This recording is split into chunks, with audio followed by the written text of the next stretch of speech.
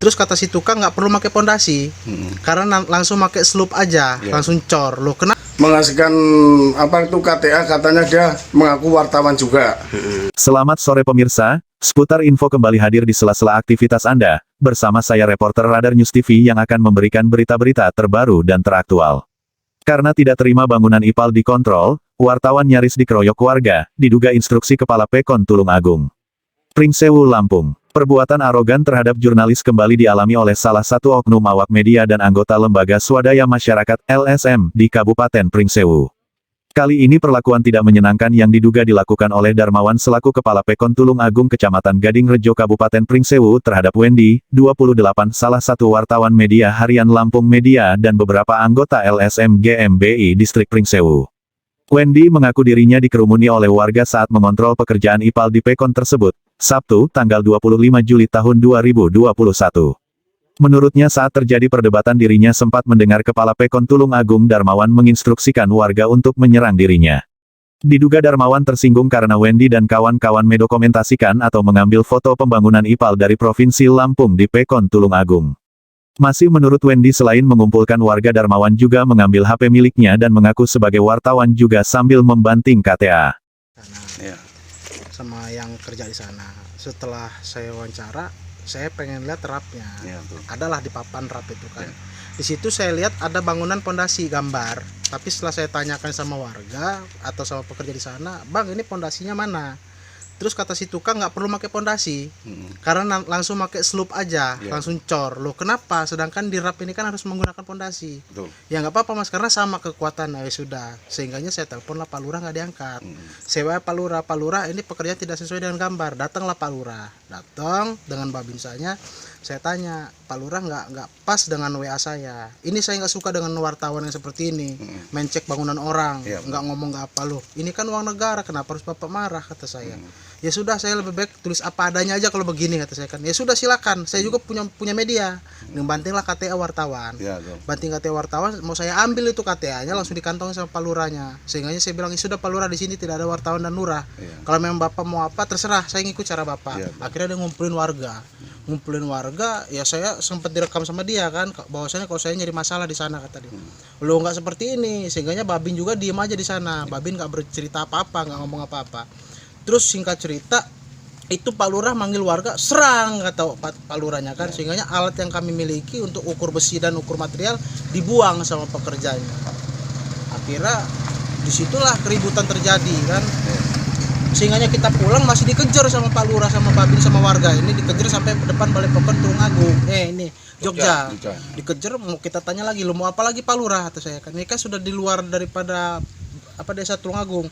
Ya enggak, saya mau sampean maunya apa, mau yang gimana, kata dia kan. Akhirnya ya kita ngalah karena disuruh pulang sama Babinnya, kita pulang.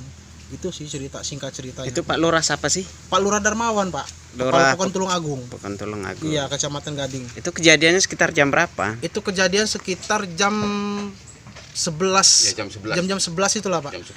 Jam 10 jam 11 itu. Sebelum sholat Jumat itu. Warga itu sekitar berapa orang yang diajak? Lebih 20 orang itu, Pak. Karena yang ngumpul berkumpul di semua. situ lebih 20 orang. Lebih 20 orang itu. Dan juga saya sangat menyayangkan di situ kenapa Babin Kantipmas selaku pembina desa itu tidak negor Pak Lurah bahwasanya material itu memang tidak layak digunakan. Itu yang mengatakan tidak layak digunakan itu PU provinsi langsung ke lokasi. Itu sih.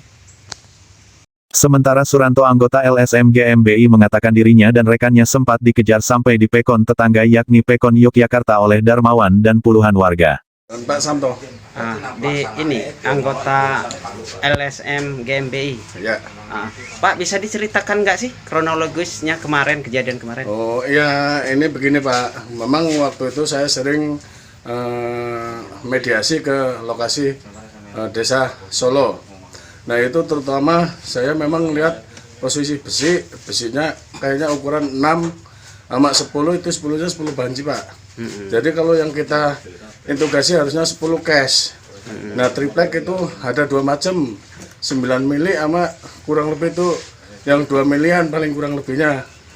Nah terus kayak berbentuk sejenis material itu koral itu kurang masuk Pak. Bagi saya, karena informasi dari provinsi itu yang ukuran batu split itu yang hitam ukuran 12. Nah itu kayaknya saya lihat juga kurang masuk itu Pak. Nah segitu aja Pak kiranya. Enggak terkait insiden kemarin seperti apa sih Nah awalnya ya gitu Pak, kita hanya kontrol sosial kontrol bertiga.